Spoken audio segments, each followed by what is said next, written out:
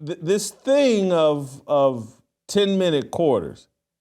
I think it's confirmation. It's confirmation from the highest office that this league is in free fall, and it has nothing to offer now that LeBron James is past his prime, Stephen Curry's past his prime, Kevin Durant is past his prime.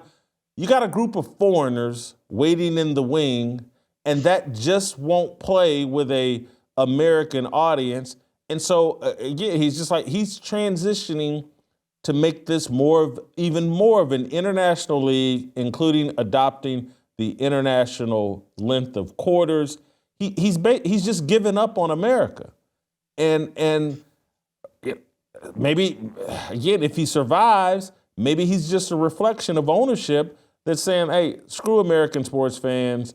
These streaming services and these foreign countries are gonna pour more money into the NBA." And as long as we're cutting a check, who cares whether American sports fans like the NBA? Wow, so screw America. It's about globalization. Kind of sounds like our last presidential administration. Wow, so this guy's like the bald Biden. Here's the reality, though, Jason. The international market and the television rights across the world, they are doing very well. Maybe America does not matter. So maybe this is our problem that we no longer care about, and there's great apathy. But think about this, and this is something that I said a couple of weeks ago. During the heyday of my NBA fandom with Magic, Bird, Michael Jordan, Dr. J, Hakeem Olajuwon, nobody ever said two things. Number one, we need less games. And number two, let's make the game shorter.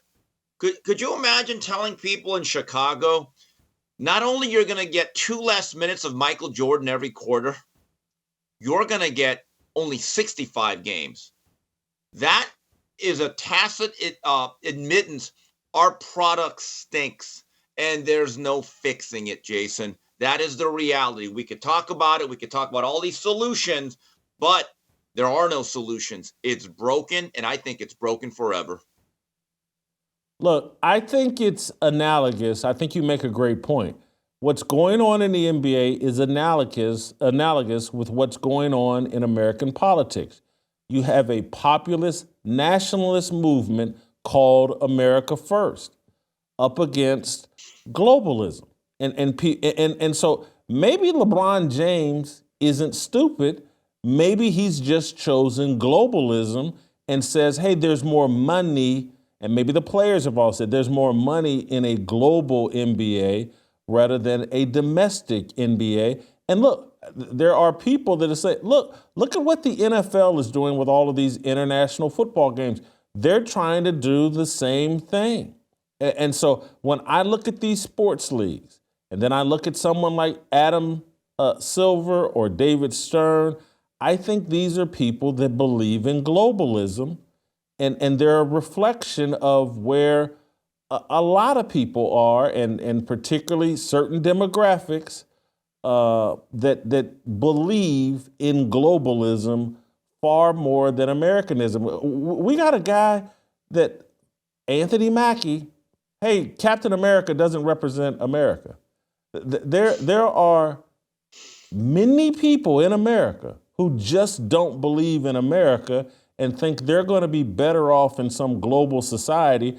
And I do think elites will be. Anthony Mackie, LeBron James, but 96% of America is going to suffer and is suffering as we go more and more global.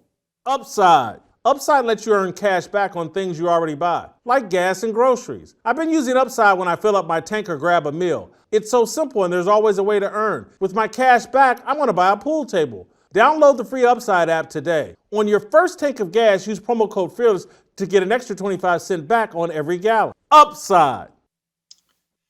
I don't disagree. And you kind of look at what the renaissance of the NBA, what took place in the late 70s throughout the 80s. Man, I miss the good old days when everyone was just coked up. You know, because at least those coked up players, at least they fought hard, they played together, and there was a sense of continuity. Every team had an identity. But this is something you cannot get over, Jason.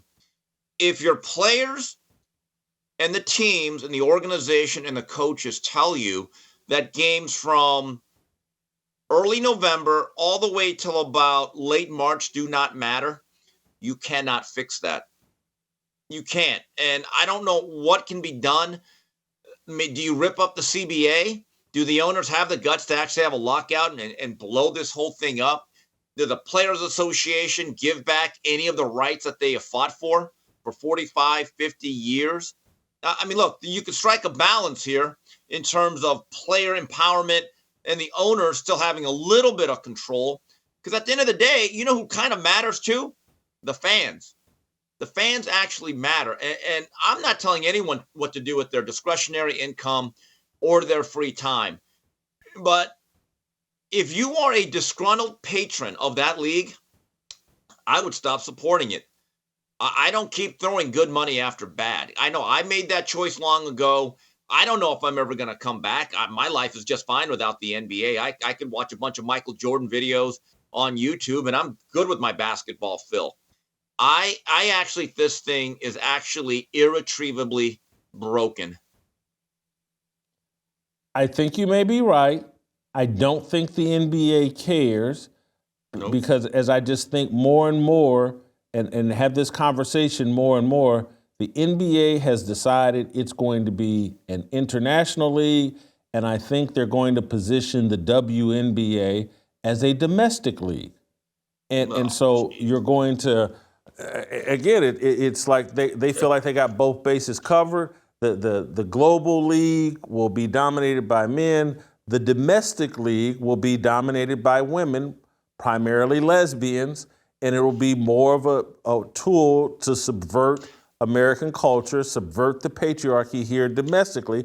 The NBA has already been totally turned out and converted to the globalism model, and they'll use the WNBA and the Caitlin Clarks and the Asia Wilsons and the Kelsey Plums and whoever else I can't remember in the Brittany Griners, the Diana Taurasi's, to continue to shape the minds and the mindsets of young American women.